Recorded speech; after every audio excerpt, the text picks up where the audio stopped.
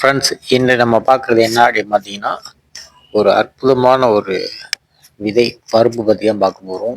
இந்த பருப்பு என்ன பருப்பு அப்படின்னு பார்த்தீங்கன்னா, நம்ம எல்லோரும் அன்றாட வாழ்க்கையில் பயன்படுத்தக்கூடிய ஒரு உணவு தான்.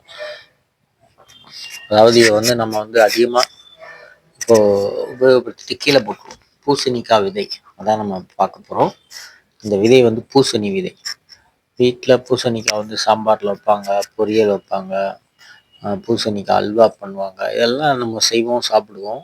ஆனால் அதில் இருக்க விதையை மட்டும் எடுத்து நம்ம கீழே போட்டுருவோம். சரிங்களா? நிறைய இடத்துல இதுதான் நடக்கும்.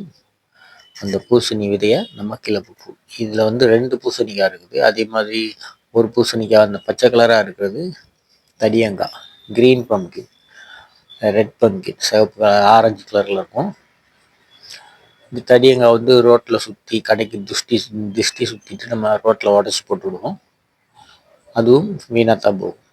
அதே போல் குழம்பு வைக்கும்போது அந்த காயை எடுத்துட்டு விதை கீழே போட்டுருவோம். ஸோ இது மிகப்பெரிய தவறு அப்படிங்கிறத நம்ம இப்போ தெரிஞ்சுக்கணும். ஸோ இதில் எவ்வளோ நன்மைகள், எவ்வளோ சத்துக்கள்லாம் இருக்குது அப்படின்னு. இந்த விதை கடைகளில் விற்பனை பண்ணுறாங்க. அந்த விதையோட பருப்பு எடுத்து அந்த மேலே ஓடு இருக்கும், அதை எடுத்துருவாங்க. உள்ள பருப்பு இருக்கும், அதை மட்டும் விற்பாங்க. இது நிறைய இடங்களில் விற்பனை பண்ணுவாங்க. நிறைய பொருளுக்கு உபயோகப்படுத்துறாங்க. ஆனால் நம்ம அன்றாட வாழ்க்கையில் நார்மலாக கீழே போட்டுருவோம். இந்த பூசணி விதையில் புரதம் அதிகமாக இருக்குது. அதாவது புரோட்டீன் கண்டென்ட் நிறைய இருக்குது. அதனால் நம்ம அன்றாட லைஃப்பில் ரெகுலராக எல்லாருமே சாப்பிடலாம் இந்த பூசணி விதையை. இந்த பூசணி விதையை நம்ம ரெகுலராக ஒரு நாளைக்கு 1 ஸ்பூன்லேருந்து 1.5 ஸ்பூன் வரைக்கும் எடுத்துக்கொள்கிறோம் அப்படின்னு வச்சுக்கோங்களேன். இதை ரெகுலராக நம்ம எடுக்கிற பொழுது நம்ம உடம்புல இருக்கக்கூடிய ரத்தங்கள் சுத்திகரிக்கப்பட்டு ரத்தத்தில் சர்க்கரையோட அளவை குறைச்சிட்டு ஒரு சமமான ஒரு அளவில் வச்சிருக்கும். அதே போல் நம்ம உடம்புல கெட்ட கொழுப்புகள் சேராமல் பார்த்துக்கொள்ளும்.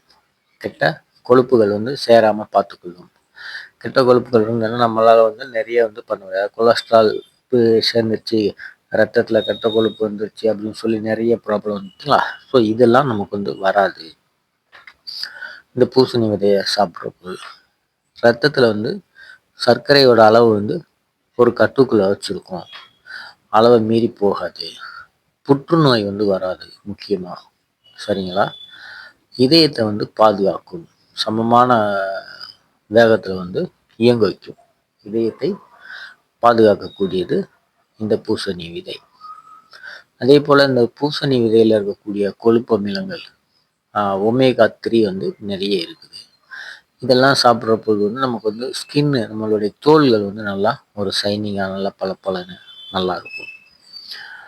அதே மாதிரி இந்த பூசணி விதையில நிறைய சத்துக்கள் பாஸ்பரஸ், துத்தநாகம், மெக்னீசியம் இதெல்லாம் இருக்குது. இதெல்லாம் இருக்கும்போது இதெல்லாம் நம்ம சாப்பிட்றப்போது நம்ம எலும்புகள் எல்லாம் நல்லா வலுவாக ஸ்ட்ராங் ஆகும். எலும்புகள் வலுப்பெறும்.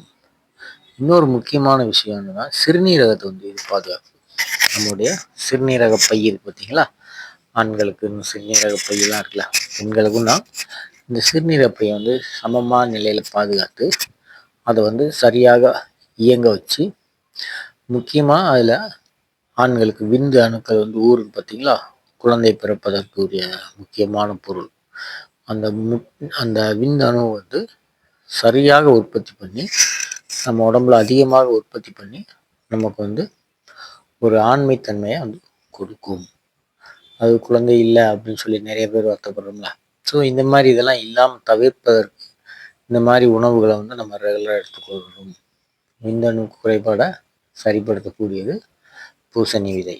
மிக முக்கியமாக தெரிஞ்சுக்கொள்ள வேண்டியது, ஆண்கள்லாம் விந்தணு குறைபாடை தவிர்க்கக்கூடிய முக்கியமான பருப்பு என்ன அப்படின்னு பார்த்தீங்கன்னா இந்த பூசணி பருப்பு. இது பச்சை கலராக இருக்கிறது என்ன பூசணி பருப்புன்னு பார்த்தீங்கன்னா